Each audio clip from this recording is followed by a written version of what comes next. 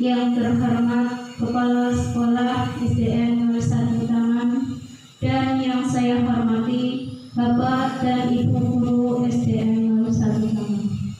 Pertama-tama, marilah kita bersyukur kepada Allah Subhanahu wa Ta'ala yang telah melimpahkan rahmat-Nya sehingga kita dapat berkumpul di acara presentasi budaya positif dalam keadaan sehat walafiat. Di sini saya sebagai moderator akan membacakan susunan acaranya. Acara yang pertama, pembukaan. Acara yang kedua, sambutan Kepala Sekolah SDN Negeri 01 Taman. Acara yang ketiga yaitu penyampaian materi tentang budaya positif. Acara yang keempat yaitu tanya jawab. Acara yang terakhir yaitu penutupan. Marilah kita buka acara yang pertama yaitu pembukaan dengan membacakan basmalah bersama-sama. Bismillahirrahmanirrahim. Acara selanjutnya yaitu yang kedua, sambutan Kepala Sekolah SDN Negeri 01 Taman kepada Ibu Badriah SPD, dipersilakan.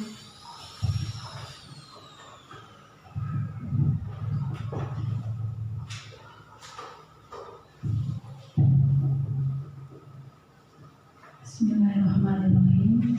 Assalamualaikum warahmatullahi wabarakatuh. Bapak Ibu yang saya hormati, alhamdulillah wa syukurillah la haula wala quwata illa billah. Kita panjatkan puja dan puji syukur kehadirat Allah Subhanahu wa Ta'ala atas segala nikmat karunia yang telah diberikan kepada kita semua, dan salawat salam kita haturkan untuk junjungan Nabi Agung Muhammad Rasulullah Sallallahu Alaihi Wasallam. Semoga kita mendapat syafaat dari amin ya rabbal alamin. Bapak Ibu yang saya hormati, alhamdulillah pada hari ini kita sekalian bisa berkumpul di sini. Ini dalam acara yaitu kegiatan presentasi aksi nyata tentang budaya positif nanti yang akan dipresentasikan oleh Bapak Guru kita ya, CGP angkatan ke-7. Alhamdulillah dari SD kami ini sudah ada 2 guru ya, kemarin angkatan 5 sudah selesai dan ini bisa berlanjut lagi ya, ada yang mengikuti angkatan ke-7. Monggo nanti Bapak Katori ya, ini kami persilahkan untuk mempresentasikan itu dari kegiatan CGP-nya, dan kepada Bapak Ibu sekalian nanti untuk dapat mengikuti dengan seksama apa yang akan dijelaskan oleh CGP kita. Semoga ini dapat membawa manfaat untuk Bapak Ibu sebagai pendidik ya, dan utamanya ini untuk sekolah kita. Semoga semakin nanti ada perkembangan ya, tadi untuk budaya positif dapat diimplementasikan di sekolah kita. Kiranya itu saja Bapak Ibu dari saya. Nanti ini waktunya dilanjut oleh Bapak Katori. Terima kasih dan assalamualaikum warahmatullahi wabarakatuh. Waalaikumsalam warahmatullahi wabarakatuh.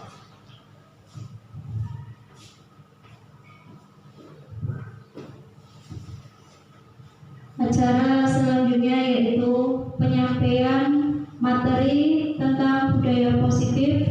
Marilah kita ikuti materi ini dengan baik agar dapat berlangsung dengan lancar dan kita dapat memetik manfaatnya. Kepada Bapak Katori dipersilakan.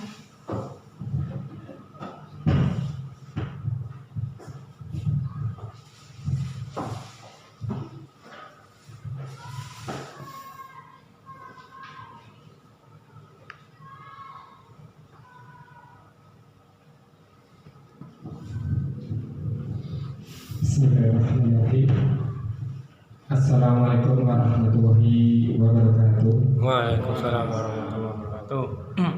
Kepada yang terhormat Ibu Kepala Sekolah SD Negeri 01 Taman, Ibu Badriah SPDC SPE, kepada yang terhormat Bapak dan Ibu rekan-rekan guru kelas SD Negeri 01 Taman, kepada yang terhormat termasuk di sini adalah guru olahraga, guru penjas yang sudah hadir memenuhi undangan dari saya dalam rangka dalam acara untuk presentasi tentang budaya positif. Salawat dan salam marilah senantiasa kita panjatkan puja dan puji syukur. Saya ulangi lagi. Pertama dan utama adalah kita panjatkan puja dan puji syukur kehadirat Allah Subhanahu wa Ta'ala atas limpahan rahmat, taufik dan hidayahnya kepada kita semua, sehingga pada siang hari ini kita dapat berkumpul di SD Negeri 01 Taman di ruang kelas 1 dalam keadaan sehat walafiat. Kemudian sholawat dan salam senantiasa kita curahkan kepada junjungan Nabi Agung Muhammad Sallallahu Alaihi Wasallam yang kita harapkan syafaatnya kelak di hari kiamat nanti. Amin amin ya rabbal alamin. Bapak-bapak dan ibu guru yang saya hormati, sebelumnya saya ucapkan terima kasih sudah memenuhi undangan dari saya dalam acara presentasi tentang budaya positif. Dan ini salah satu tugas aksi nyata kami selaku CGD pada modul 1.4.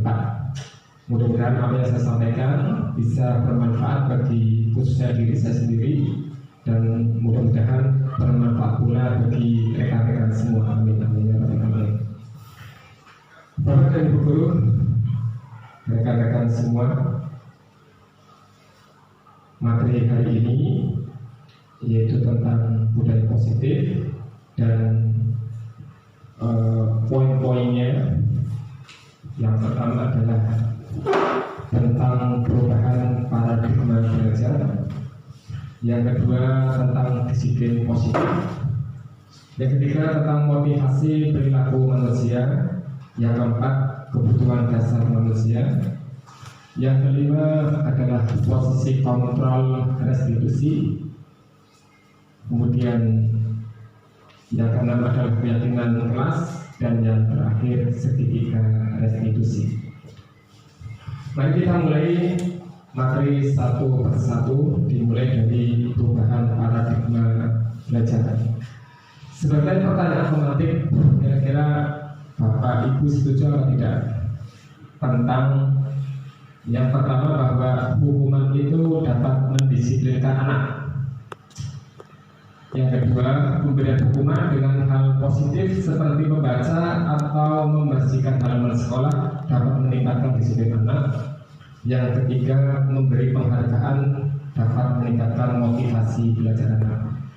Pertanyaan pemantik ini tidak dinilai, artinya semuanya boleh berpendapat sesuai dengan pengalaman Bapak Ibu. Untuk yang pertama, dan tidak ada benar atau salah, ini hanya pengalaman saja. Yang pertama adalah hukuman dapat mendisiplinkan anak. Kira-kira Bapak Ibu setuju atau tidak kira-kira? Ya.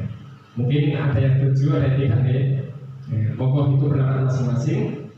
Mungkin kalau pengalaman pribadi, ternyata disiplin itu kok bisa mendisiplinkan anak, mungkin setuju juga tidak apa-apa. Tapi berdasarkan pengalaman Bapak Ibu, hal itu tentunya membuat anak tidak nyaman, sehingga panjenengan berpendapat saya tidak setuju, monggo. Tapi jawabannya setuju atau tidak setuju kita nanti akan dibahas pada materi selanjutnya, yaitu perubahan paradigma belajar. Sebenarnya bagaimana sih cara mendisiplinkan anak seperti itu? Mari Bapak Ibu kita mulai di perubahan paradigma ini dengan melakukan percobaan seperti ini Bapak Ibu. Umpamanya ada dua orang, ya, katakanlah A dan B. Kemudian salah satu atau Anda itu mempunyai secari kertas, sobekan secari kertas. Kemudian di kertas tersebut terdapat tulisan atau sesuatu yang menurut Anda sangat berharga sekali. Kemudian letakkan tangan Anda di salah satu tangan Anda kertas tersebut dan genggam dengan seerat beratnya, dengan sekuat-kuatnya, dengan segala daya dan upaya. Nah, teman yang satunya lagi berusaha akan mencoba dengan sekuat tenaga untuk meminta Anda untuk membukanya. Nah, teman Anda itu berusaha untuk membujuk, mengancam, menghardik, merayu, mungkin bahkan menyuap. Apa saja akan dapat membuka kepala tangan tersebut. Anda punya catatan atau Anda punya sesuatu yang sangat penting bagi Anda. Kemudian ada teman yang mencoba untuk meminta untuk membukanya dengan segala macam cara. Kira-kira apa yang terjadi? Nah, ini Bapak Ibu, mungkin Bapak Ibu berpikiran saya akan konsisten, apapun yang terjadi saya tidak akan membukanya, begitu Bu ya? Atau bisa jadi jawaban yang lain, mungkin karena saya diancam, karena saya disuap dan saya tidak bisa menjaganya, maka saya pun mungkin membukanya. Itu monggo-monggo saja. Dan tapi apapun yang terjadi, bahwa teman yang berusaha untuk meminta membukanya, maka sebenarnya dia tidak dapat melakukan kontrol terhadap diri kita. Ya, seandainya kita menutup pun, ya, kita berusaha menahan dengan mati-matian, kita pun ada semacam sesuatu yang menyakitkan bagi kita. Jadi manakala kita mempertahankan, ya, kita pun resikonya adalah kita merasakan sakitnya. Seandainya kita buka, tentu ada perasaan terpaksa. Nah, dari paradigma tersebut, inilah yang menjadi ilusi bagi kita. Ternyata ketika kita akan mengontrol orang lain, sebenarnya kita tidak bisa, Bapak Ibu. Ketika kita ingin mengendalikan siswa, ketika kita ingin mengendalikan anak, kita tidak bisa. Terus siapa yang sebenarnya bisa mengendalikan diri kita sendiri? Siapa yang bisa mengendalikan orang lain? Ya mereka sendiri. Jadi yang mengendalikan kita, yang mengontrol kita adalah diri kita sendiri. Orang lain tidak bisa mengontrol. Sehingga ilusi bahwa guru mengontrol murid, angan-angan, khayalan, tidak nyata. Ilusi bahwa kritik dan membuat orang merasa bersalah dapat menguatkan karakter. Ilusi bahwa semua penguatan positif, efektif dan bermanfaat. Ilusi bahwa orang dewasa memiliki hak untuk memaksa. Karena Bapak Ibu, kita tidak bisa mengontrol orang lain. Kita tidak bisa memaksakan orang lain. Yang bisa mengontrol diri mereka sendiri adalah mereka sendiri. Okay. Lalu apa atau siapa sih yang sesungguhnya memiliki kontrol itu? Ya. Diri mereka sendiri. Maka ketika kita mencoba berusaha agar orang berpandangan sama dengan kita, supaya anak murid didik kita itu menurut dengan kita, maka pilihan sebenarnya adalah kita berusaha memahami pandangan orang lain tentang dunia ini. Ketika kita perilaku buruk dilihat sebagai suatu kesalahan, ketika kita sebagai pendidik melihat perilaku anak itu yang buruk sebagai suatu kesalahan, maka sebenarnya teori kontrolnya adalah semua perilaku itu memiliki tujuan. Anak melakukan perbuatan tersebut tentunya ada tujuan. Kemudian yang ketiga, orang lain bisa mengontrol saya. Teori pilihannya sebenarnya adalah hanya Anda yang bisa mengontrol diri Anda. Orang lain tidak bisa. Saya bisa mengontrol orang lain. Teori kontrolnya adalah bahwa Anda tidak bisa mengontrol orang lain. Pemaksaan ada pada saat bujukan gagal. Teori pilihannya adalah kolaborasi bekerjasama dan konsensus menciptakan pilihan-pilihan baru. Model berpikir manakala kita sebagai pendidik seolah-olah bisa mendisiplinkan anak atau membuat aturan yang menurut kita sudah sesuai, menurut kita sudah baik dan anak menurut, sehingga seolah-olah kita merasa menang, maka itu bukan sesuatu yang baik. Tetapi teori kontrol yang baik pilihannya adalah model berpikir menang-menang.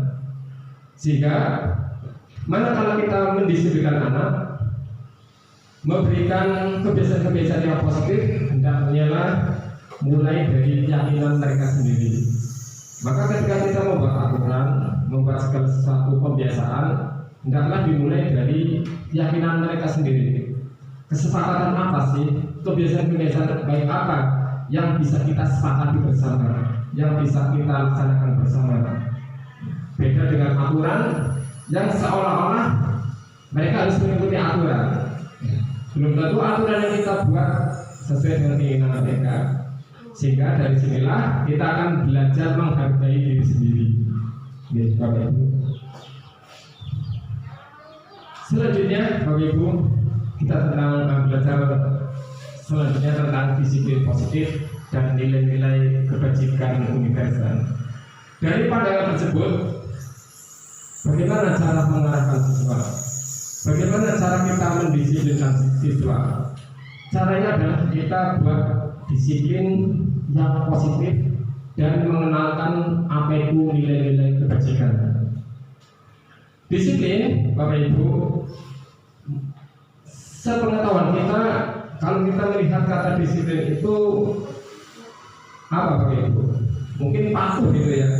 Kalau kita mendengar kata disiplin berarti anak harus patuh, anak harus taat, anak harus mengikuti aturan. Padahal itu keliru, Bapak Ibu. Sebenarnya disiplin itu ini asalnya dari bahasa Latin disciplina, yang artinya belajar. Jadi manakala kita ingin menerapkan disiplin positif, sebenarnya kita belajar mengontrol diri untuk menggali potensi yang ada untuk mencapai tujuan yang dihargai, untuk mencapai tujuan yang mengandung nilai-nilai kebaikan. Nah, pertanyaannya, Bapak Ibu, nilai-nilai kebaikan seperti apa yang kita inginkan? Yaitu nilai-nilai kebaikan yang sesuai dengan profil pelajar Pancasila. Nilai-nilai kebajikan yang ingin dicapai oleh anak Indonesia itu adalah nilai-nilai sesuai dengan profil pelajar Pancasila. Apa itu? Ada 6 ya, Bapak Ibu. Yang pertama adalah beriman bertakwa kepada Tuhan Yang Maha Esa dan berakhlak mulia. Yang kedua adalah mandiri. Yang ketiga bernalar kritis. Yang keempat berkebinekaan global. Yang kelima bergotong royong. Dan yang keenam adalah kreatif. Inilah nilai-nilai kebaikan yang kita inginkan anak bisa menerapkannya, anak bisa memahaminya. Inilah nilai-nilai yang diharapkan oleh bangsa kita, bangsa Indonesia. Setiap anak Indonesia bisa mengenal, bisa menerapkan profil pelajar Pancasila. Oleh karena itu, tugas kita sebagai pendidik, yaitu tujuan akhir dari pembelajaran, tujuan akhir dari pengajaran kita, menciptakan murid, menciptakan peserta didik yang sesuai dengan profil Pancasila. Ada 6 poin: beriman, mandiri, bernalar kritis, berkebinekaan global, bergotong royong, dan kreatif. Oleh karena itu, Bapak Ibu, untuk menerapkan nilai-nilai kebaikan tersebut, maka kita harus belajar dulu, mengenal dulu apa itu teori motivasi, hukuman, penghargaan, dan restitusi. Mungkin istilah restitusi, mungkin Bapak Ibu pernah mendengarnya. Kalau dalam pajak itu namanya pengembalian. Kalau kita setor pajak, kemudian ternyata lebih dari ketentuannya, maka uang tersebut dikembalikan. Nah, dalam hal pembelajaran, restitusi ini adalah mengembalikan kondisi siswa agar dapat memperbaiki kesalahan yang dilakukan. Nah, ini Bapak Ibu nanti ada video bagaimana cara menerapkan restitusinya. Kita mulai dari yang pertama adalah teori motivasi. Kita tidak bisa mengontrol anak, betul, karena anak ketika berperilaku mereka tentunya punya motivasi. Nah, ketika anak taat pada aturan, ketika anak melanggar, itu sebenarnya punya tujuan Bapak Ibu. Namun demikian, ketika mereka taat, apa sih yang mendasari mereka mau mentaati peraturan? Belum tentu mereka mentaati peraturan karena kesadaran sendiri. Kadang mereka taat pada peraturan untuk menghindari ketidaknyamanan atau hukuman. Seandainya mereka datang terlambat sekolah, datang terlambat masuk ke sekolah. Seandainya dia terlambat, apa yang akan terjadi pada saya? Hukuman apa? Maka anak ketika datang tepat waktu karena takut mendapat hukuman, berarti itu bukan kesadaran sendiri. Itu motivasi eksternal namanya, motivasi dari luar karena mendapat ancaman, seolah-olah takut. Kalau saya datang terlambat, nanti saya akan dihukum sebagaimana. Yang kedua, sebaliknya, kadang anak melakukan kebaikan taat pada peraturan karena ingin mendapatkan imbalan juga bisa. Apa yang akan saya dapatkan apabila saya ranking 1, saya berangkat tepat waktu, saya paling rajin di kelas, tapi motivasinya bukan dari diri sendiri, tapi untuk mendapatkan imbalan. Maka inilah yang namanya motivasi eksternal. Nah, tujuan disiplin positif yang hendak kita gerakan bersama di lembaga-lembaga pendidikan ini adalah memotivasi dari diri sendiri atau memotivasi secara internal. Belajar untuk menghargai diri sendiri. Jika saya menjadi orang seperti, saya akan menjadi orang yang seperti apa bila saya melakukannya. Nah, maka dari sinilah untuk bisa menghargai diri sendiri, kita mengenal yang namanya nilai-nilai kebaikan. Nilai-nilai kebaikan sebenarnya banyak teori Bapak Ibu, tetapi yang sesuai dengan harapan bangsa Indonesia adalah nilai-nilai kebaikan sesuai dengan profil pelajar Pancasila. Dan ini sesuai dengan filosofi Ki Hajar Dewantara Bapak Ibu, bahwa kita untuk belajar pendidikan Indonesia harus merdeka. Menurut Ki Hajar Dewantara, merdeka ini maksudnya apa? Merdeka itu adalah tidak hanya terlepas dari perintah, tetapi cakap dalam memerintah diri sendiri. Artinya Bapak Ibu, tadi muncul motivasi internal, bukan karena faktor eksternal, bukan karena ingin mendapat penghargaan, bukan ingin menghindari hukuman, tetapi karena menghargai diri sendiri. Kemudian Bapak Ibu, jangan dikira penghargaan. Mengapa penghargaan kok kadang menurut kita baik, tetapi sebenarnya ada efek panjangnya. Dari manakala kita sering memberi penghargaan kepada anak karena anak tersebut prestasi umpamanya, anak tersebut pintar. Menurut kita sepintas baik, anak termotivasi, tapi perlu diingat bahwa itu adalah motivasi eksternal. Karena penghargaan itu menurut penelitian ini bisa menurunkan kualitas. Yang kedua adalah penghargaan mematikan kreativitas, dan penghargaan mengurangi motivasi intrinsik. Maka judul yang di atas didukung oleh penghargaan. Maka bisa kita simpulkan bahwa manakala kita memberikan penghargaan, Itu sebenarnya sama halnya seperti kita memberi hukuman. Terus bagaimana cara memberikan apresiasi kebajikan? Yaitu ada beberapa hal yang perlu diingat dalam memberi apresiasi. Yang pertama adalah berikan pengakuan secara khusus, secara pribadi. Kemudian berikan pengakuan kepada semua murid secara bergantian dan konsisten dan fokus pada proses. Contohnya Bapak Ibu, contoh pemberian apresiasi. Kemarin saya perhatikan rasa empatimu besar sekali pada saat menolong murid baru di kelas kita. Yang kedua, saya menghargai kepedulianmu pada saat kamu membantu teman-temanmu di tugas kelompok. Yang ketiga, terima kasih untuk rasa tanggung jawabmu pada saat kamu memungut kertas-kertas yang berserakan di lantai. Jadi ini bentuk apresiasi kebajikan. Daripada kita memberi penghargaan, kita lebih baik ucapkan dengan nilai-nilai kebajikan. Nilai-nilai kebajikan yang sesuai dengan profil pelajar Pancasila. Ya. Di antaranya apa nilai kebajikan yang kita ungkapkan dari apresiasi kepada anak? Yaitu rasa empati, rasa kepedulian, dan rasa tanggung jawab.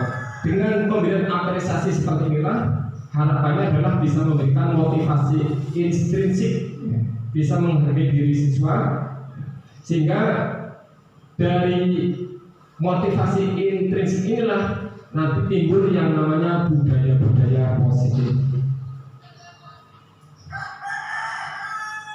Bapak Ibu, sebagai pembeda antara hukuman atau konsekuensi atau restitusi, kira-kira Bapak Ibu bisa ditebak contoh tindakan guru tersebut termasuk hukuman atau konsekuensi? Bisa dijawab bersama-sama ya Bapak Ibu ya. Mencatat 100 kali di dalam buku kalimat, saya tidak akan terlambat lagi karena terlambat sekolah.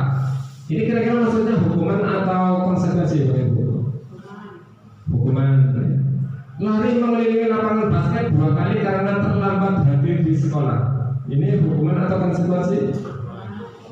Hukuman. Murid diminta untuk push up 15 kali karena tidak menggunakan masker ke sekolah. Ini hukuman atau konsekuensi? Hukuman. Menggantikan kertas tugas teman yang telah dicoret-coret. Hukuman atau konsekuensi? Konsekuensi. Konsekuensi.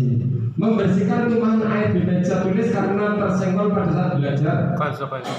Konsekuensi. Murid disuruh untuk mengenakan sepatu seharian di sekolah karena tidak mengenakan sepatu hitam. Kira-kira apa ini Bapak Ibu? Hukuman atau konsekuensi? Murid disuruh mengenakan sepatu seharian di sekolah karena tidak mengenakan sepatu hitam.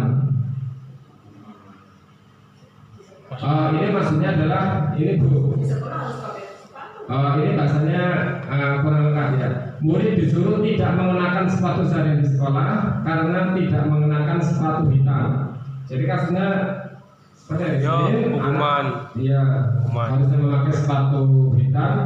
Dia sepatunya kuning. Memakai sepatu selewan hitam. Sehingga sebagai ini hukuman atau konsekuensinya? Hukuman. Dia tidak mengenakan sepatu seharian di sekolah. Hukuman. Hukuman atau konsekuensi? Hukuman. Hukuman, ya. Nanti ada jawabannya Bu. Lari mengelilingi lapangan basket 2 kali karena terlambat 10 menit untuk pelajaran PJOK. Hukuman. Hukuman atau konsekuensi? Hukuman. Ya.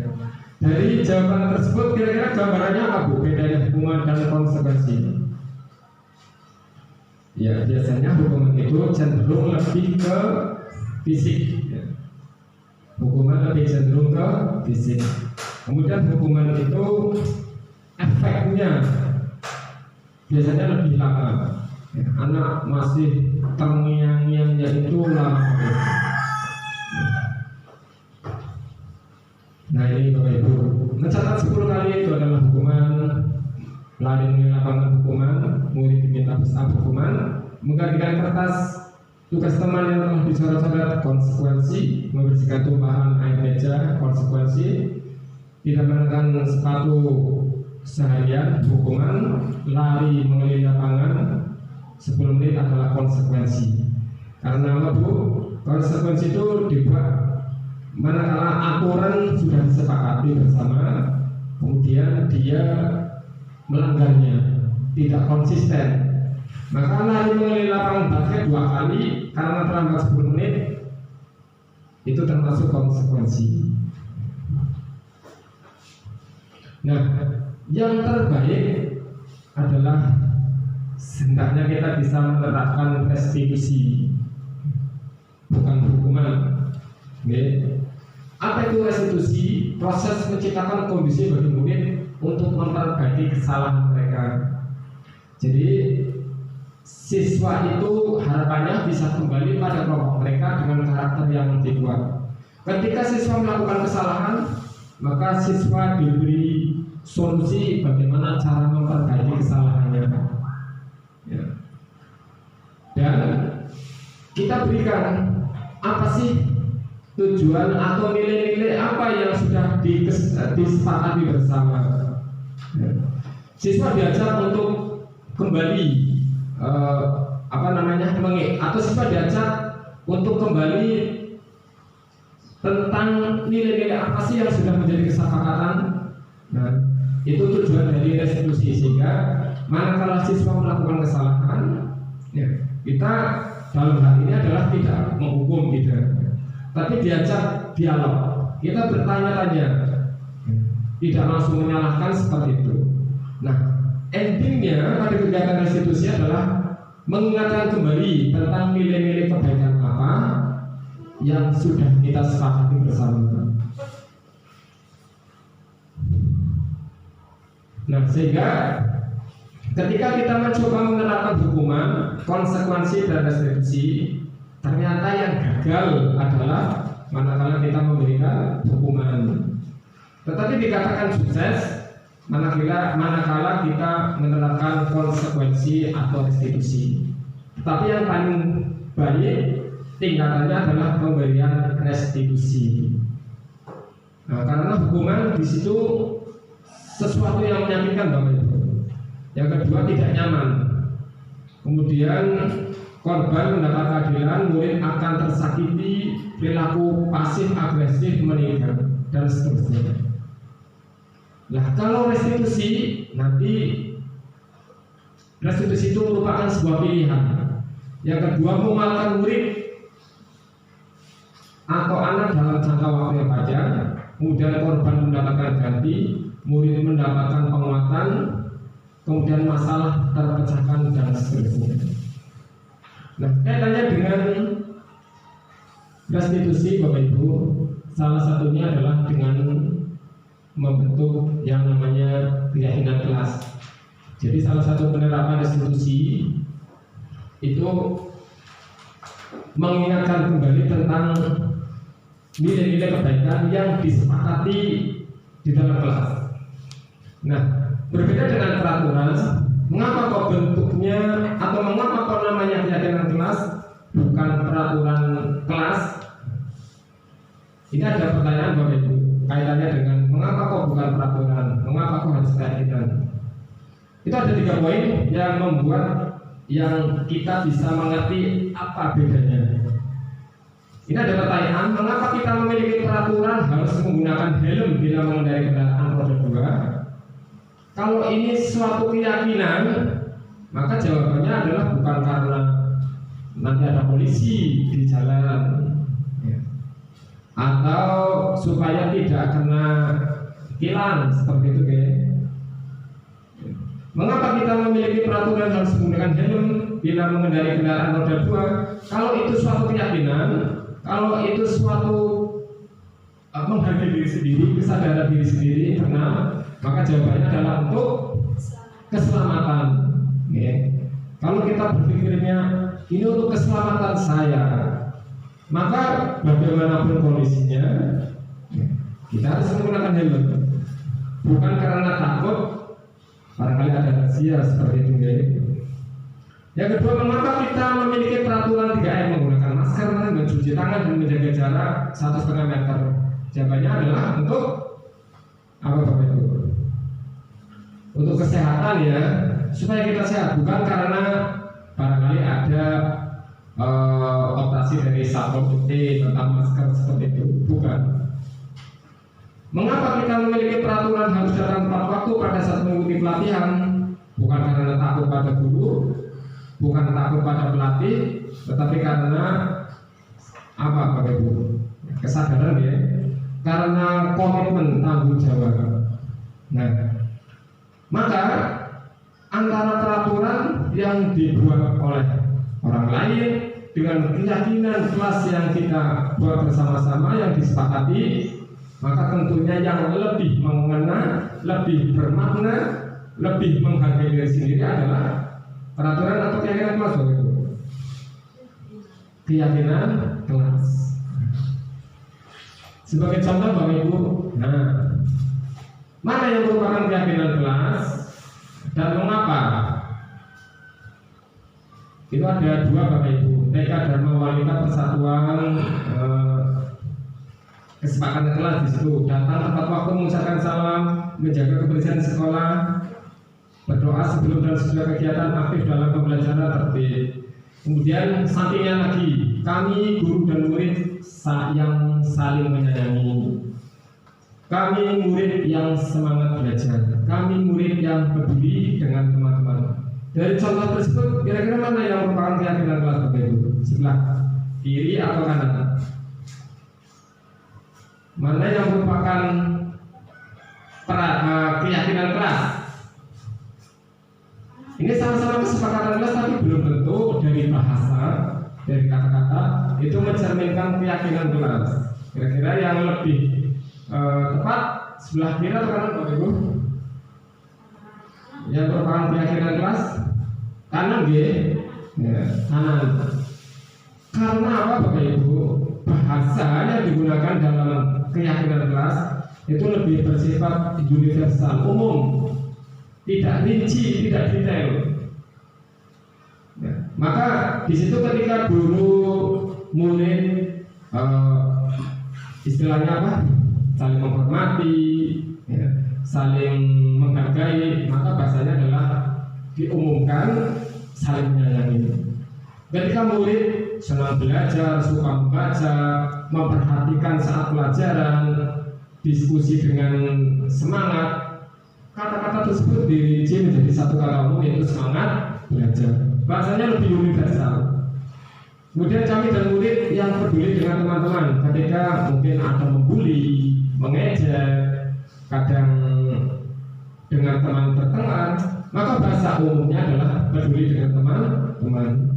Jadi kesepakatan kelas inilah yang mana apabila ini diterapkan di kelas, dibuat oleh siswa sendiri dengan bimbingan dari guru, tentu rasanya akan berbeda manakala aturan-aturan tersebut dibuat dari luar. Anak tidak dilibatkan dalam pembuatan kesepakatan kelas, sehingga rasanya berbeda, sehingga tanggung jawabnya berbeda. Maka hendaknya Bapak Ibu kita belajar berproses nih untuk sedikit demi sedikit merubah di dalam pembelajaran kita sehari-hari dalam membuat semacam disiplin positif. Salah satunya adalah dengan pembentukan keyakinan kelas.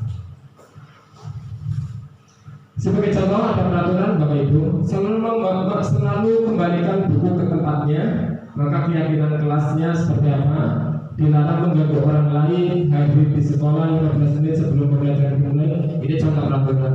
Terus keyakinan kelasnya bagaimana? Nah, kaitannya dengan mengembalikan buku ke tempatnya. Ini nilai-nilai keyakinan, nilai-nilai kebaikan yang hendaknya menjadi sasaran adalah tanggung jawab Bapak Ibu. Mungkin keyakinan kelas yang kita buat berkaitan dengan keinginan kita ya. Kita menginginkan siswa setelah membaca buku dikembalikan ke tempatnya. Peraturan itu kita ubah ke dalam keyakinan kelas yang bahasanya lebih halus, bahasanya mengandung nilai-nilai kebaikan. Sehingga di situ apa? Tanggung jawab. Bentuk keyakinan kelasnya seperti apa? Umpamanya kami memiliki rasa tanggung jawab. Boleh seperti itu. Dilarang mengganggu orang lain. Kami saling menghormati. Hadir di sekelas 15 menit sebelum pembelajaran dimulai. Kami berkomitmen, atau kami dan guru berkomitmen, seperti itu. Jadi bahasanya lebih halus, bahasanya lebih umum, tidak detail, tidak rinci.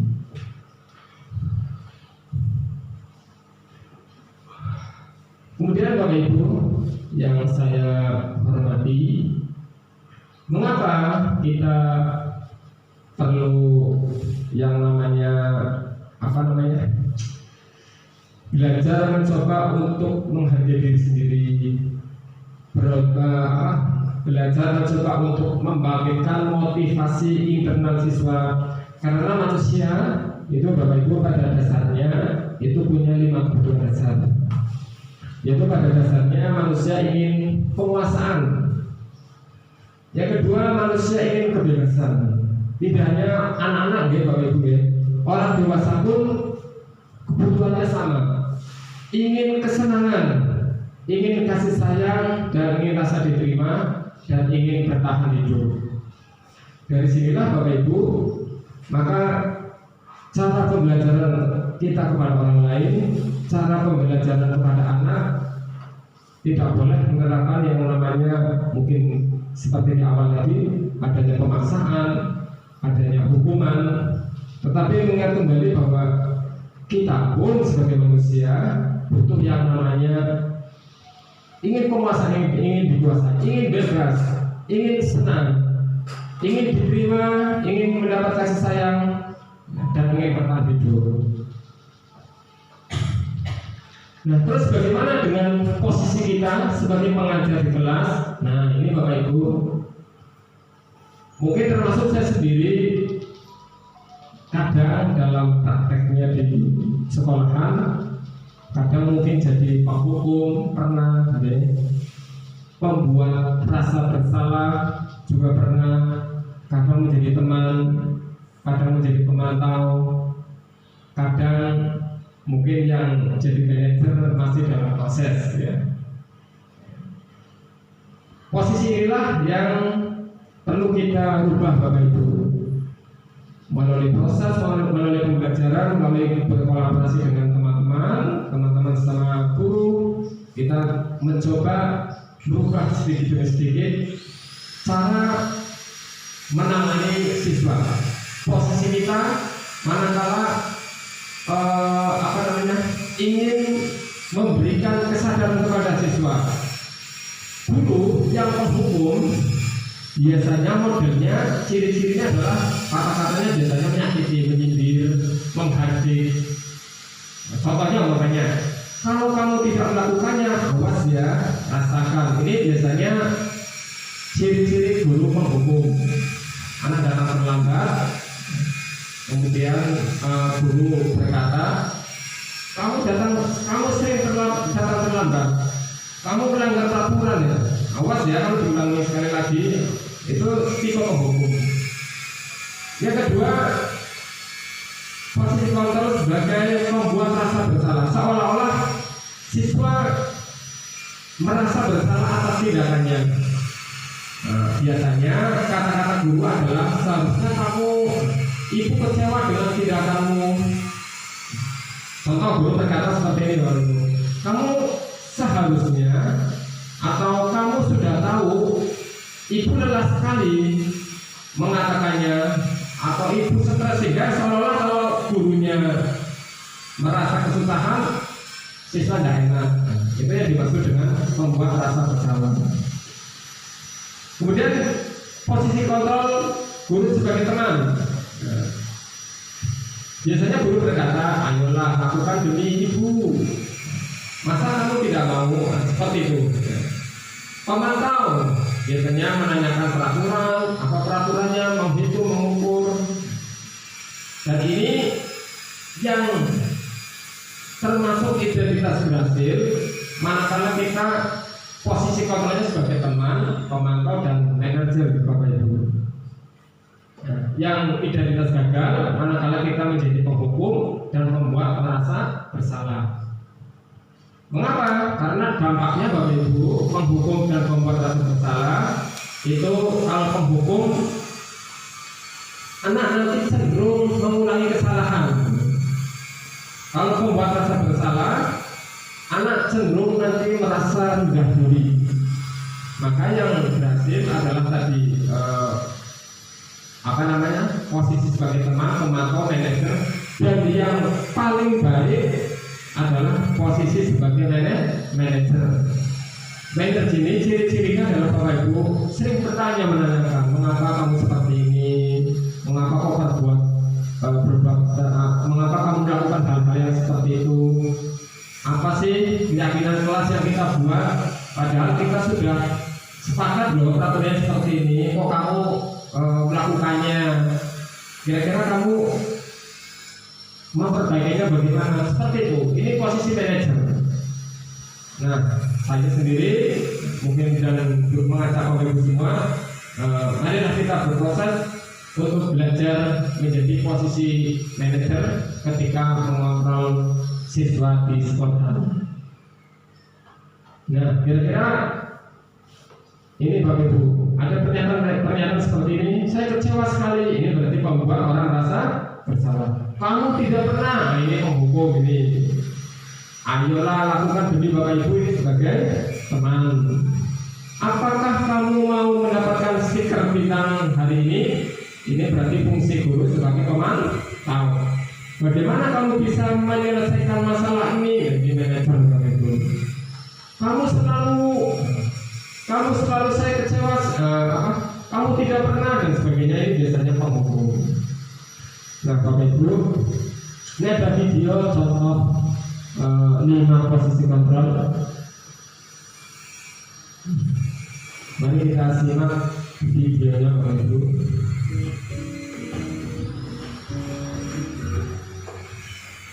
Sangat bahagia Ibu dan Bapak Ibu dalam penerapan ilmu positif manajemen. Program yang dikembangkan adalah 5 posisi kontrol.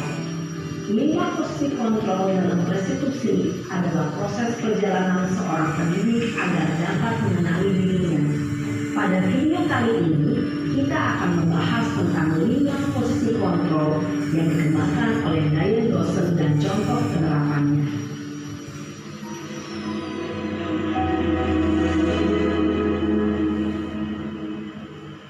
5 posisi kontrol itu adalah 1. Posisi penghukum, 2. Posisi pembuat masalah, 3. Posisi teman, 4. Posisi pemantau atau monitor, dan 5. Posisi manajer. Untuk lebih memahami kelima posisi tersebut, mari kita saksikan kasus Naren yang terlambat hadir 20 menit di sekolah dan melihat bagaimana kelima posisi kontrol dalam menghadapi masalah tersebut.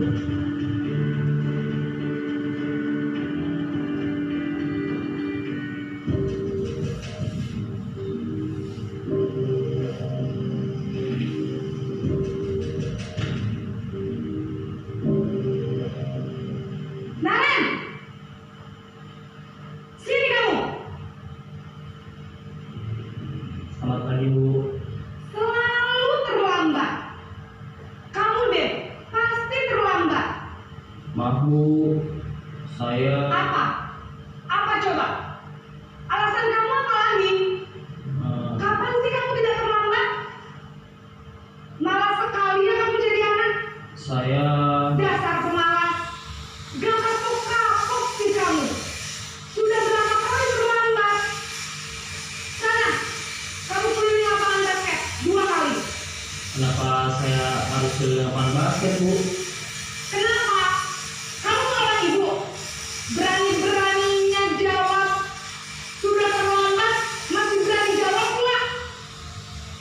Sekarang, keliling lapangan basket 5 kali sekalian. Biar kapok. Cepat. Pergi sana ke lapangan basket.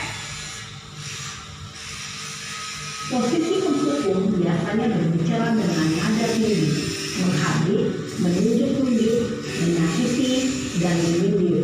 Hukuman bisa berupa fisik maupun psikis.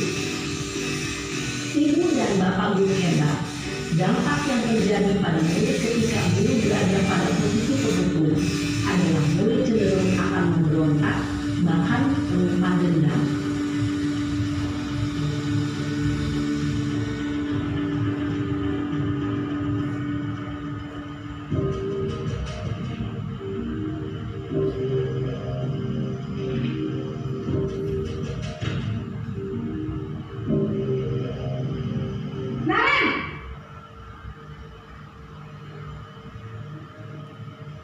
Selamat pagi, Bu. Naren, kamu kenapa terlambat lagi, nak? Ya Tuhan, Naren, kamu senang ya bikin ibu susah ya? Kalau kamu terlambat lagi, nanti ibu yang ditegur bapak kepala sekolah, nak. Disangka ibu tidak bisa membina kamu. Duh, gimana ini? Maaf, Bu. Duh, Gusti Naren, kamu suka ya kalau ibu ditegur bapak kepala sekolah? Terus, sekarang ibu harus tulis apa ini di buku absen? Ini kamu sudah sering terlambat loh. Ibu harus apa coba? Maaf, Bu. Maaf sekali. Ya sudah, lain kali jangan bikin ibu susah lagi ya, nak ya. Ibu tidak akan kuat lagi kalau kamu begini terus. Bisa jantungan kalau ibu ditegur bapak kepala sekolah. Sana cepat ke kelas. Maaf ya, Bu. Maaf sekali. Posisi pembuat rasa bersalah berbicara dengan nada tenang, cenderung lembut. Namun kata-kata yang diutarakan membuat murid merasa menjadi orang yang gagal.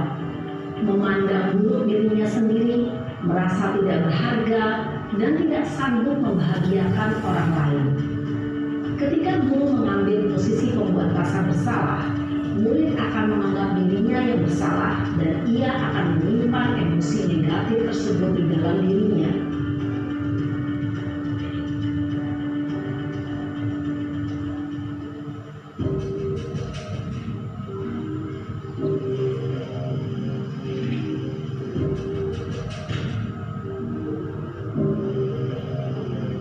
Naren!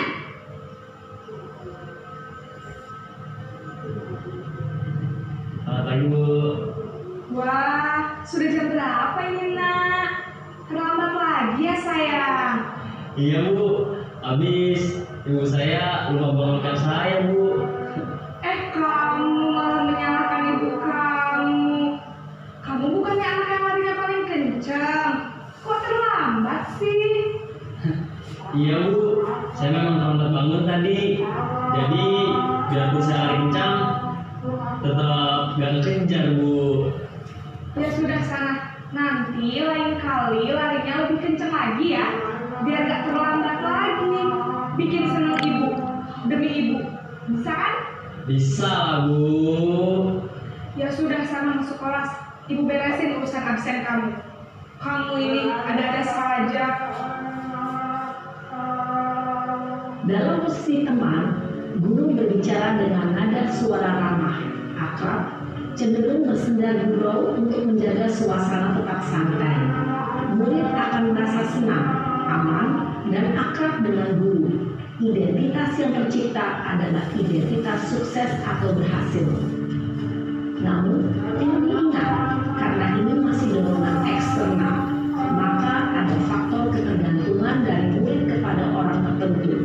Di sini guru absennya, sehingga di lain waktu murid bisa berperilaku baik, namun hanya kepada orang-orang tertentu saja.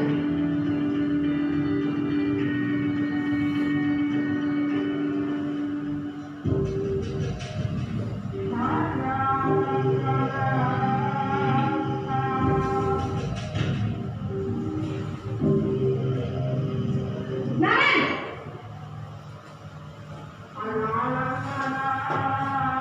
Selamat pagi, Bu.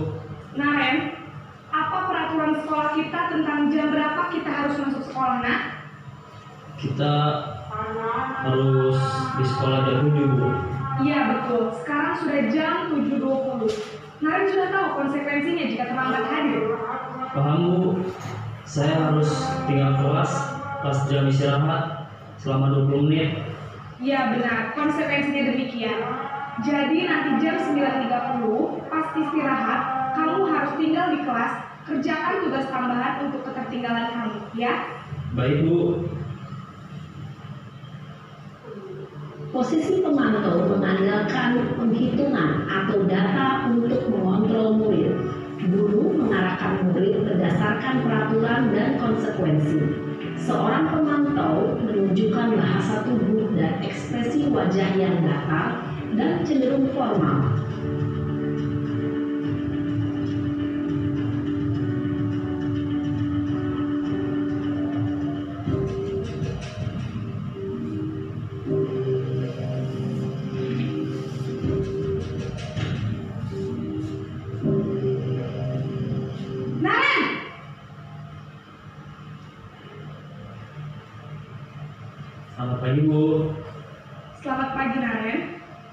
Maaf Bu, saya terlambat. Iya, sekolah masuknya jam 7, sekarang sudah jam 7.20.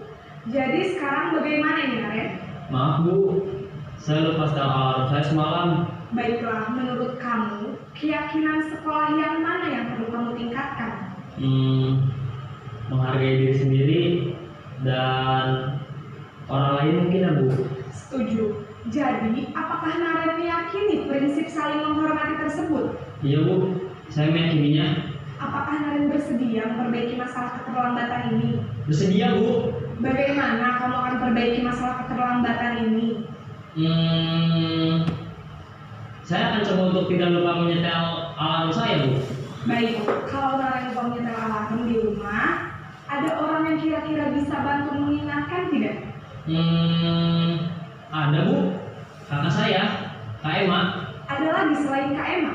Selain Kak Emma, ada ibu saya. Baik, jadi yang mengingatkan Naren adalah Kak Emma dan ibu kamu ya? Kira-kira akan mulai setel alarm kapan nih Naren? Setelah pulang sekolah, akan segera saya lakukan. Baik, jadi Naren akan setel alarm untuk bangun besok pagi dan akan diingatkan oleh kakak dan ibunda Naren ya. Ada lagi yang mungkin perlu dilakukan Naren agar tidak terlambat bangun lagi? Tidak ada Bu. Baik Naren, terima kasih untuk kerjasama kamu. Sekarang kamu perlu kembali ke kelas untuk belajar. Baik Bu, terima kasih. Posisi manajer adalah posisi kontrol yang disarankan untuk membimbing murid memiliki sikap disiplin yang positif, yaitu murid yang mandiri, bertanggung jawab, dan dapat memecahkan masalah. Tujuan dari posisi ini adalah agar murid dapat berefleksi atas tindakannya. Guru akan dengan tulus memberikan pertanyaan-pertanyaan bermakna, sehingga membuat murid dapat belajar dari kesalahannya dan mencari sebuah solusi untuk menyelesaikannya. Ibu dan bapak guru hebat, setelah mengamati adegan kelima posisi kontrol tadi, kira-kira posisi mana yang paling ideal? Posisi mana yang dapat menunjang motivasi intrinsik murid? Ya, tentu posisi manajer. Posisi ini memang posisi ideal yang ingin dituju setiap pendidik. Pada posisi inilah, guru dapat menerapkan disiplin positif yang berpihak pada murid, yang memerdekakan murid. Perjalanan seorang pendidik tentunya tidak mudah untuk sampai pada posisi seorang manajer. Namun, tujuan kita pasti, yaitu menciptakan murid-murid yang mandiri, merdeka, dan bertanggung jawab. Semoga penggambaran 5 posisi kontrol yang telah diperlihatkan ini dapat menjadi ajang refleksi bagi kita semua.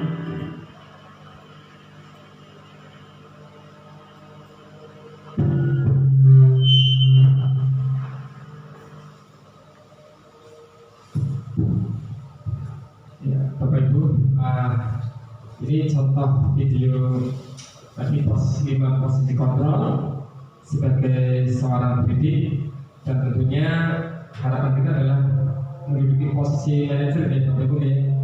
Tetapi tentunya ini proses ya, kita sama-sama belajar, sama-sama saling mengingatkan, kita saling berkolaborasi, dan karena posisi manajer inilah posisi yang terbaik dalam mewujudkan supaya siswa ini bisa merefleksi apa yang dilakukannya, bisa menyelesaikan masalah, bisa bertanggung jawab apa yang dilakukannya, dan bisa tahu nilai-nilai kebaikan apa yang sudah diyakini bersama-sama. Bapak Ibu yang saya hormati, materi terakhir yaitu tentang segitiga restitusi. Ini juga ada videonya, tetapi berhubung waktunya sudah lama, dari 1 jam, maka saya percepat kembali. Intinya adalah segitiga restitusi ini contoh penerapan guru ketika berposisi sebagai manajer. Ya. Jadi langkah-langkahnya bagaimana ketika kita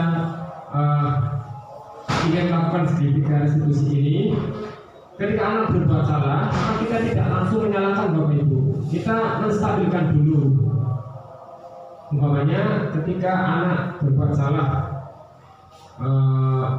umpamanya dia main bola, bolanya ditendang mengenai kaca, kita tidak langsung harus menghukumnya, tidak.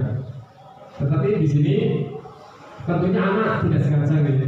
Tidak sengaja, dia tujuannya mungkin bukan bermaksud untuk memecahkan kaca. Maka sikap kita ya dengan memberikan kata-kata yang menstabilkan identitas dulu supaya anak tidak langsung ngedrop, tidak merasa bersalah.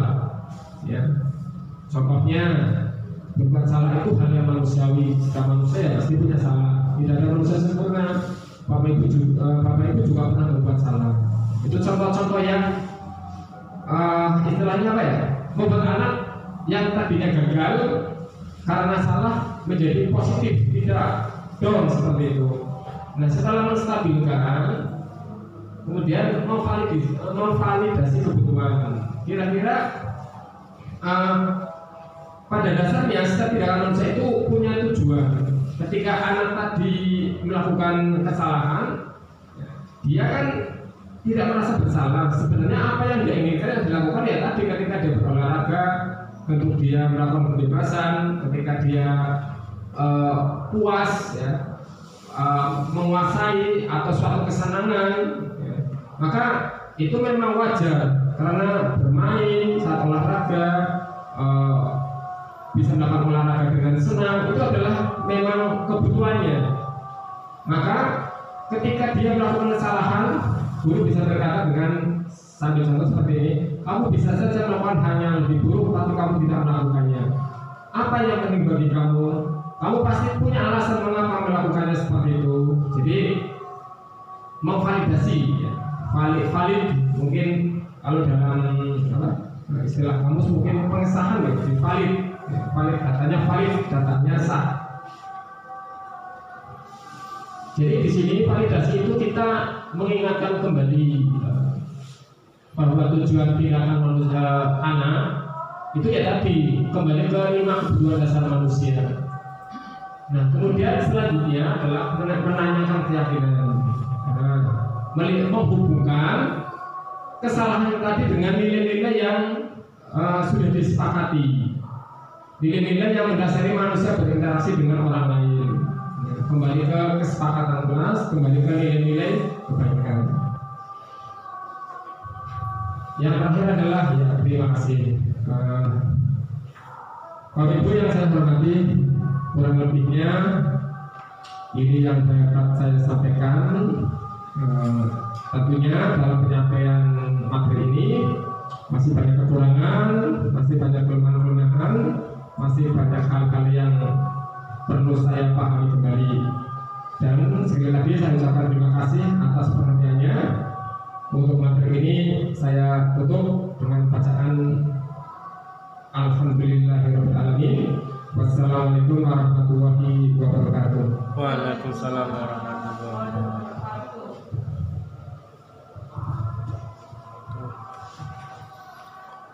Terima kasih kepada Bapak dan Ibu yang sudah mendengarkan presentasi dari Pak Kapolri. Acara yang selanjutnya yaitu tanya jawab. Monggo barangkali Bapak dan Ibu ada yang mau ditanyakan, dipersilakan. Ya, silakan Bu Yuli.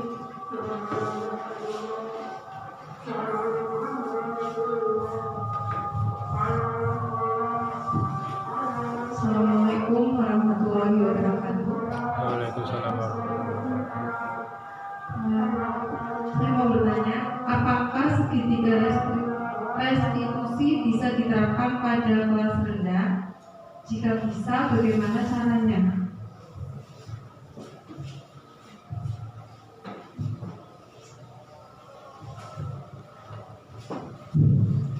Baik, Bapak Ibu, terima kasih atas pertanyaan yang disampaikan oleh Bu Yuli berkaitan dengan segitiga restitusi. Mengingat anak kelas 1 mungkin ya, anak yang masih polos, masih lugu, susah diatur, Maka guru kelas 1 itu memang ekstra luar biasa, terutama dalam mengkondisikan anak untuk belajar, untuk tertib di dalam kelas. Dan ini tentunya butuh perjuangan ya, butuh perjuangan. Salah satu usaha supaya materi bisa disampaikan tentunya sebelumnya adalah mengkondisikan anak supaya siap menerima pelajaran. Nah, kaitannya dengan perbaiki masalah di kelas rendah itu bisa Bapak Ibu, ya, bisa. Walaupun tadi ketika pada video yang ditampilkan adalah anak mungkin SMP, anak yang kelas tinggi, yang bisa diajak ngobrol, yang bisa diajak komunikasi, mungkin itu lebih mudah. Terus bagaimana dengan anak yang di kelas rendah? Maka kita ngajak ngobrolnya, penyelesaiannya itu dengan bahasa mereka Bapak Ibu. Dengan ya kita menyelesaikan dengan anak-anak seperti itu. Mungkin kita duduk bersebelahan, berdampingan, ngobrol sambil campur dengan bahasa daerah mungkin yang bisa dipahami mereka. Jadi tidak seperti diinterogasi, seperti saya di depan anak seperti kita berhadapan-hadapan, tanya apa bagaimana cara memperbaikinya, tidak seperti itu. Tapi sebisa mungkinlah kita mengolah dengan bahasa anak-anak seperti itu yang bisa mereka pahami. Jadi bisa diterapkan Bu di semua kelas, termasuk kelas rendah dan kelas tinggi. Tinggal pembawaannya kita seperti apa.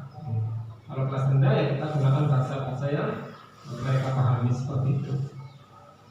Oke, terima kasih Bu Yuri.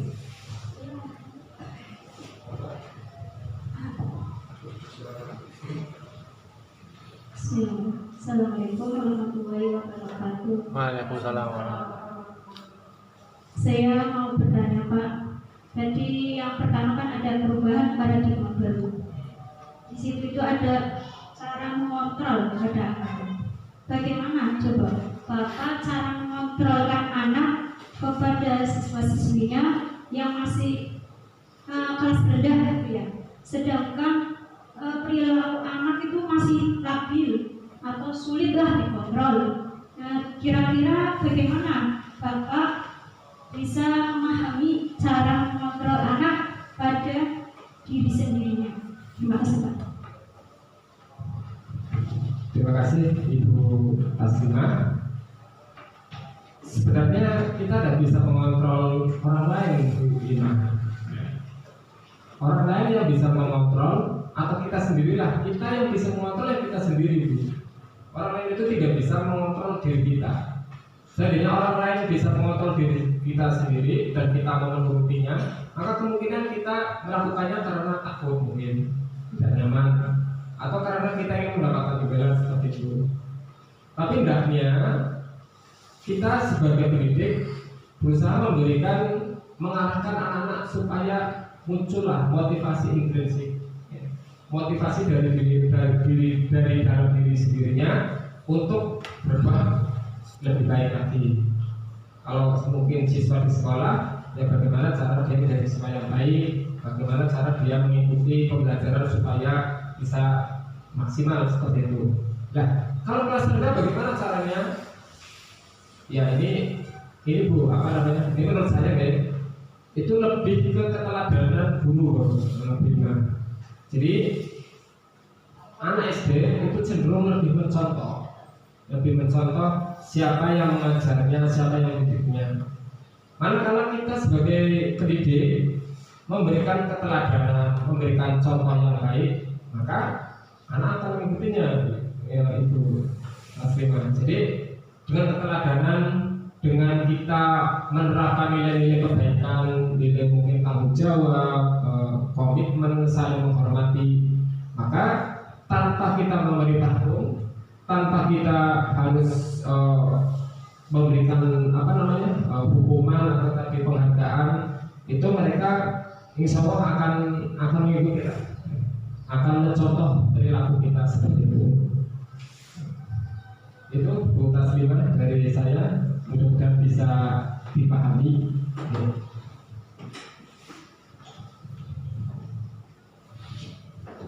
terima kasih kepada Bapak Tori yang sudah memberikan tanggapan kepada Bu Yuli. Acara yang selanjutnya yaitu penutup.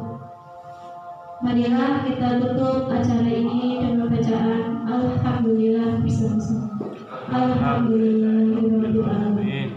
Sebelumnya saya ucapkan terima kasih dan mohon maaf yang sebesar-besarnya. Akhir kata, Assalamualaikum warahmatullahi wabarakatuh. Waalaikumsalam warahmatullahi wabarakatuh.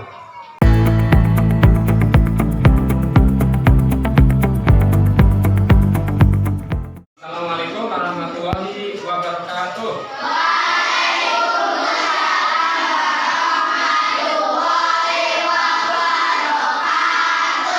Selamat pagi anak-anak. Bagaimana kabar hari ini? Di pagi acara ini kita akan membuat suatu keyakinan kelas atau kesepakatan kelas. Keyakinan atau kesepakatan kelas ini kita buat dalam rangka atau bertujuan untuk menciptakan agar kelas kita, agar sekolah kita mempunyai pembiasaan-pembiasaan yang baik, sehingga nanti terciptalah budaya positif. Budaya positif atau dengan kata lain adalah pembiasaan-pembiasaan yang positif, yang mana pembiasaan ini untuk menguatkan karakter kalian, untuk menguatkan karakter anak-anak semua, agar menjadi generasi yang baik, akan menjadi generasi yang berakhlak baik, yang berakhlak mulia, agar menjadi generasi yang bisa menjadi atau bisa mewujudkan profil pelajar Pancasila. Nah, anak-anak, bagaimana cara membuat kesepakatan kelas? Nanti saya ingin kalian menuliskan pendapat kalian, gagasan kalian, pendapat kalian tentang kebiasaan apa yang perlu diterapkan di kelas kita, ya. Dengan kata kunci, dengan kata kuncinya adalah tidak boleh mengandung unsur sara, tidak boleh menghina warna kulit, agama tidak boleh. Kebetulan di kelas kita semuanya satu agama, ya. Berarti ya kita buat nanti kesepakatan yang tidak boleh menyinggung dengan agama kita, tidak boleh menyinggung warna kulit, suku, bahasa tidak boleh. Kita membuat kesepakatan bersama dengan bahasa yang baik, bahasa yang tidak boleh menyakitkan. Nah, nanti anak-anak setelah membuat kesepakatan kelas, membuat atau menguapkan pendapatnya masing-masing, nanti silakan ditulis di kertas tanggal ini. Nanti saya bagi masing-masing dapat satu. Setelah itu ditempel di papan tulis. Dari masing-masing pendapat anak, kita nanti buat kesepakatan. Karena ini nanti ada 29 anak, berarti nanti ada 29 kesepakatan kelas.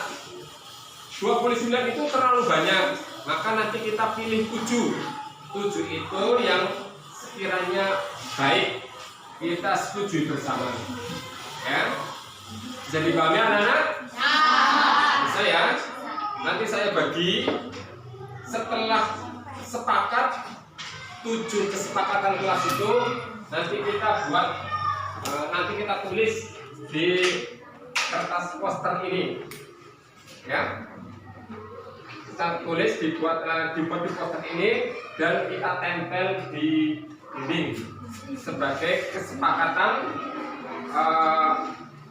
kebudayaan atau kebiasaan kelas kita, yang tentunya kebiasaan ini kebiasaan-kebiasaan yang mengandung nilai-nilai kebaikan. Siapa anak? Nah, sebagai contoh umpamanya, saya kamu ingin menulis kami, nanti dimulai dengan kata-kata yang bagus karena ini kesepakatan kelas. Kita buat dengan kata, dimulai dengan kata kami.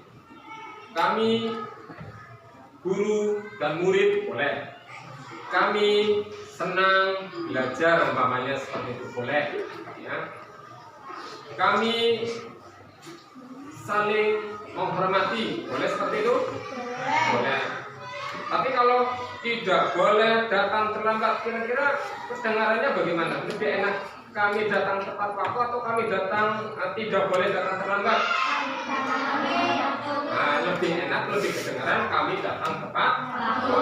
Seperti itu daripada kata-katanya tidak boleh terlambat. Itu kedengarannya lebih memaksakan, lebih kasar lah. Kita berhalus nanti bahasanya seperti itu. Paham ya anak-anak ya? Nah, oke, saya bagi lembar kertas ini, silakan nanti tulis.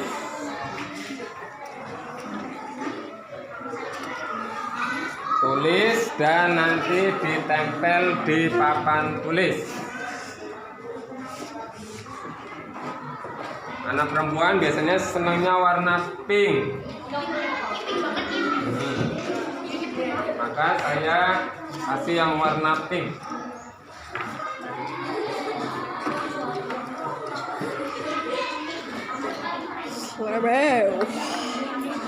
Anak laki-laki senangnya warna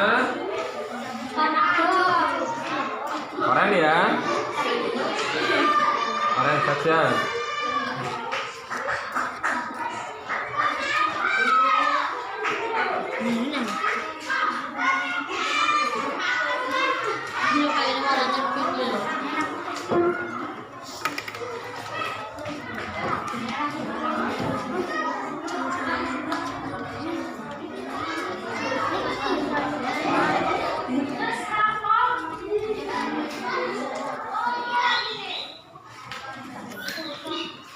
Ya, silakan anak-anak ditulis pendapat kamu tentang kesepakatan kelas yang nanti kita akan sepakati bersama-sama.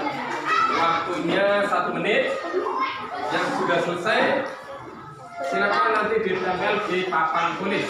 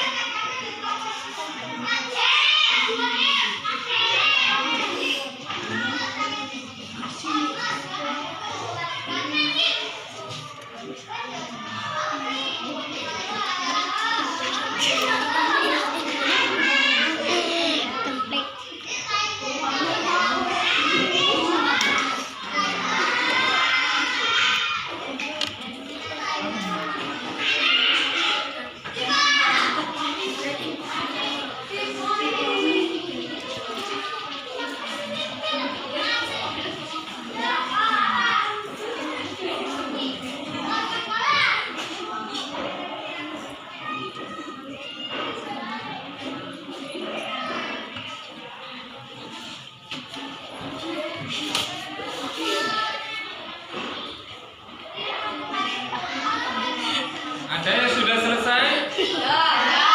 Kalau sudah selesai, silakan ditambahkan di papan tulis.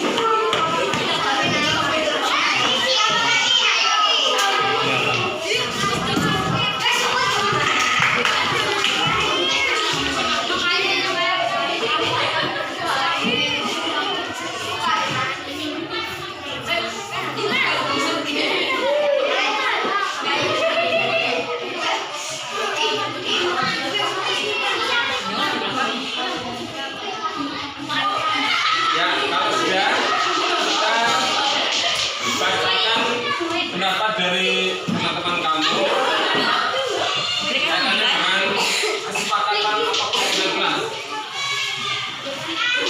Kami datang tepat waktu. Ya, betul. Kami suka belajar.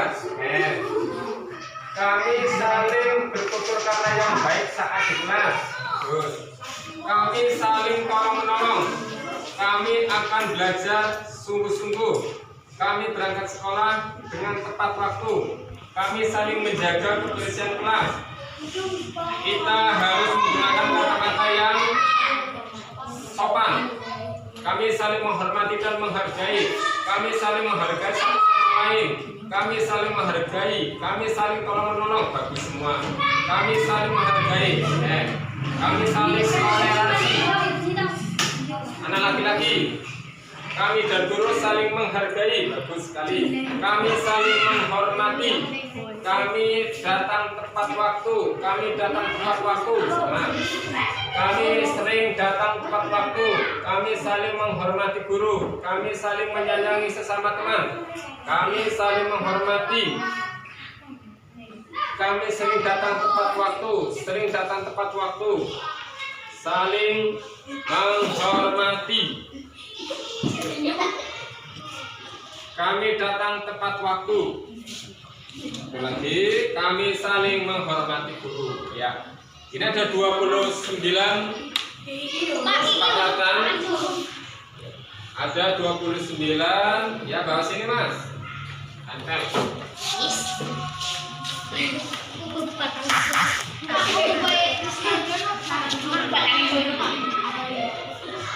Ini kita nantinya ringkas menjadi 7 saja ya.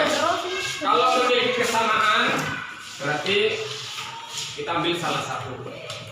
Yang sama apa saja kita simpulkan menjadi satu kesepakatan kelas. Gitu ya. Nanti caranya adalah karena ini kesepakatan kelas dan ini menjadi keyakinan kita bersama-sama yang harus ditaati nantinya. Maka saya nanti menunjuk atau mengambil salah satu lembar, kemudian yang setuju angkat jari. Kalau semuanya setuju atau mayoritas setuju, maka itulah yang akan menjadi kesepakatan kelas. Gitu ya. Ya. Kami datang tepat waktu. Setuju kan kalian? Kalau setuju, angkat jari. Tidak apa-apa. Kami datang tepat waktu, yang datang tepat waktu. Kami datang tepat waktu ini juga sama.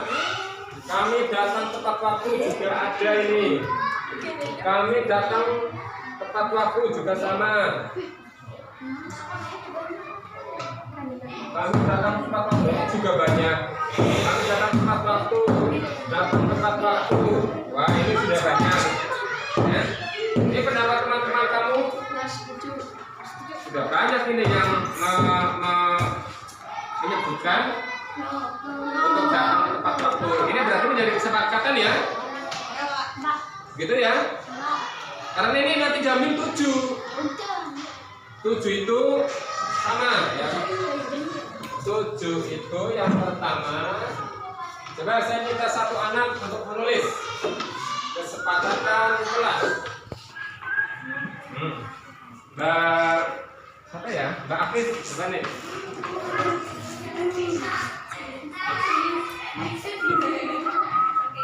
Di sini. Kami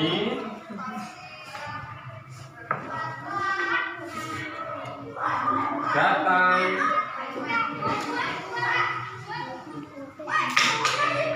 tepat waktu.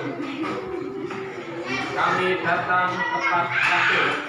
Artinya apa? Kami datang tepat waktu. Kalau berangkat sekolah, berarti sebelum jam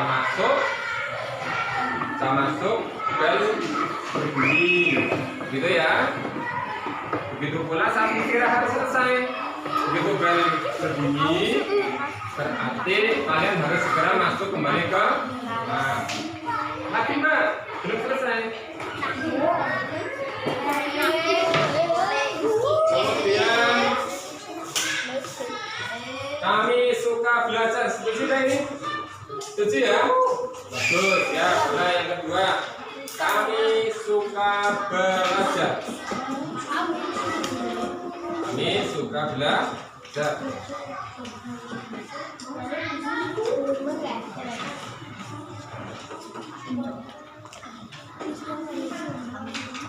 Kemudian ini, kami saling bertutur kata yang baik saat di kelas. Bertutur Baik. Setuju ini? Setuju ya? Nah, boleh. Ini.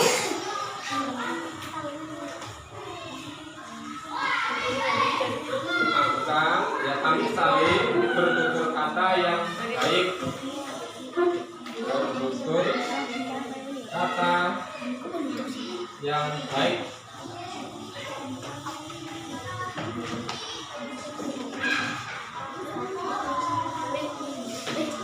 Ya, ini juga bagus ini. Kami saling tolong menolong. Setuju kalian? Setuju ya? Ya, kami saling tolong menolong.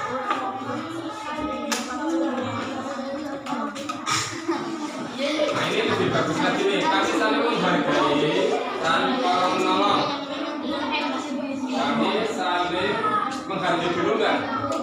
Menghargai dan tolong menolong.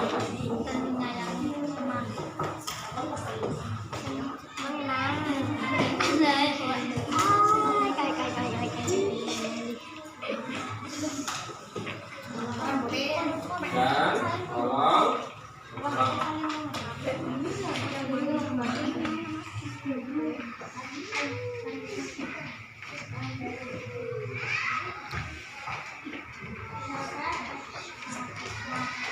ya, kemudian ini yang keempat, kami saling menyayangi sesama teman. Setuju ya? Ya, tulis. Nah, kami saling menyayangi sesama teman.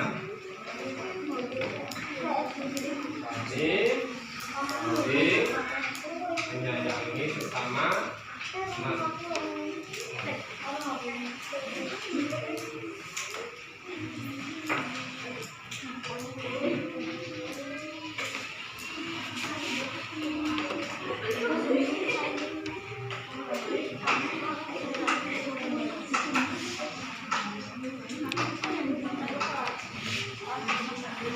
Kurang dua lagi, kurang dua.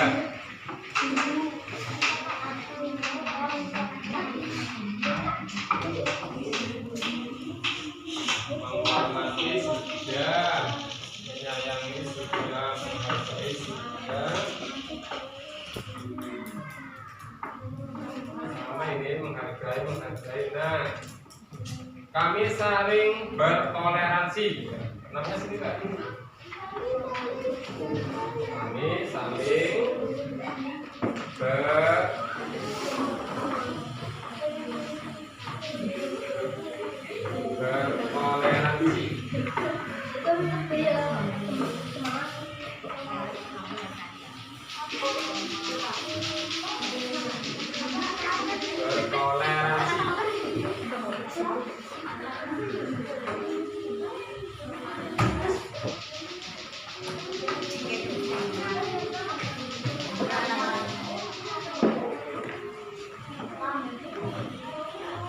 Terus satu lagi 7, kami menjaga kebersihan kelas atau kami cinta kebersihan. Kami cinta kebersihan.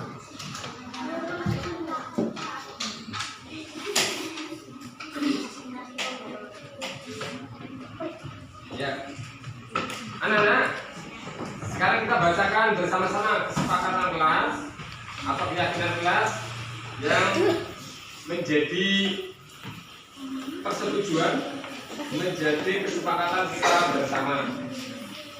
Ini sudah ditulis oleh teman kamu. Terima kasih Mbak Agnes. Kita mulai baca dari nomor 1, kesepakatan kelas 6. Yang pertama, kami jarang tepat. 2, kami suka belajar. 3, kami saling bertutur kata yang baik. 4, kami saling menghargai dan tolong menolong. 5, kami saling menyayangi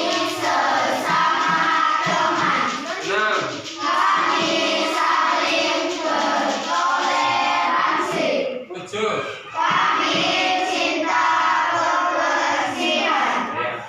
Terima kasih anak-anak.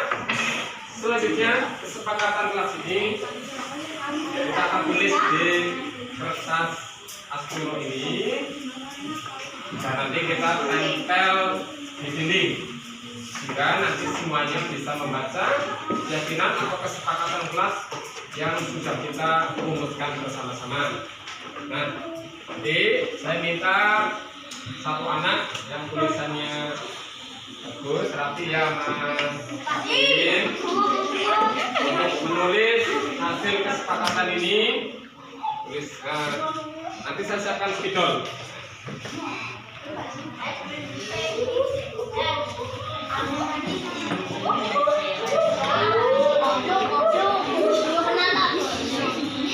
Yang lain bisa membantunya. Bantu.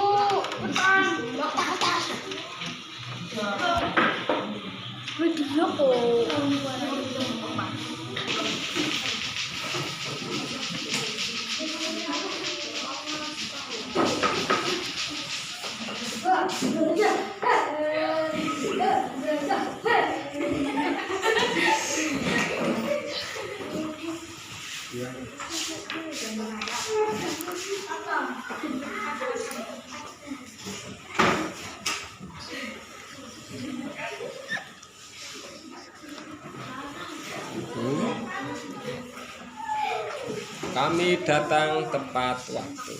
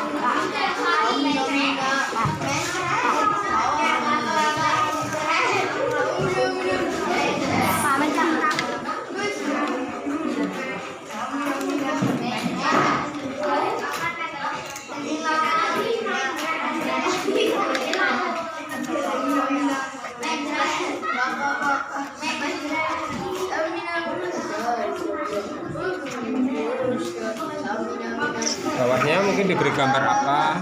Bunga atau gambar pohon.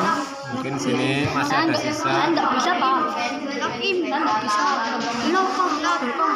Rilopnya pinter. Iya Pak. Ini Pak belok-belok. Orangnya nggak berapa? Udah menang dulu. Anjay.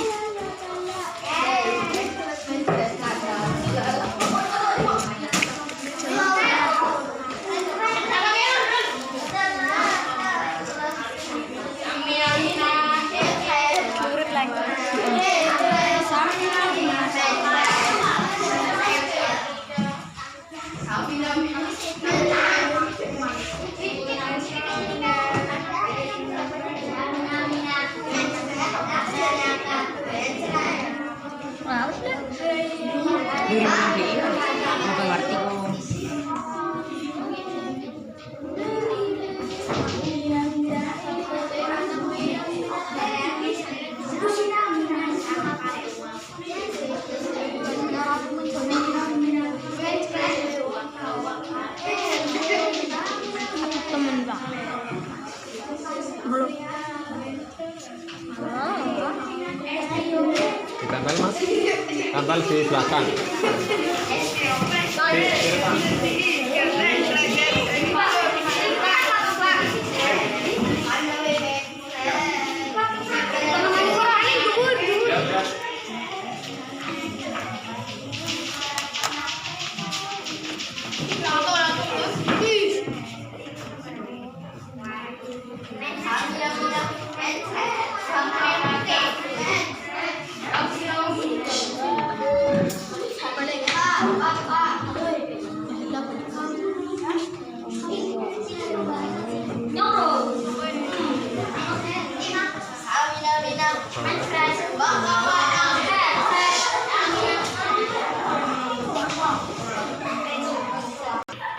Ya, terima kasih anak-anak. Kita sudah membuat kesepakatan kelas bersama.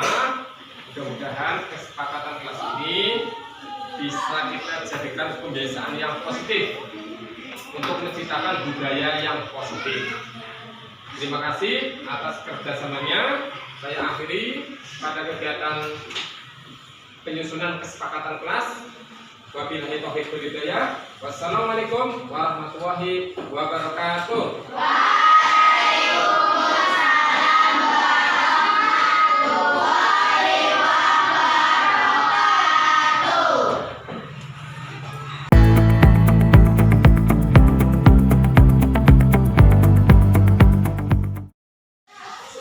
Bagaimana perasaan Rehan setelah bersama-sama membuat keyakinan kelas?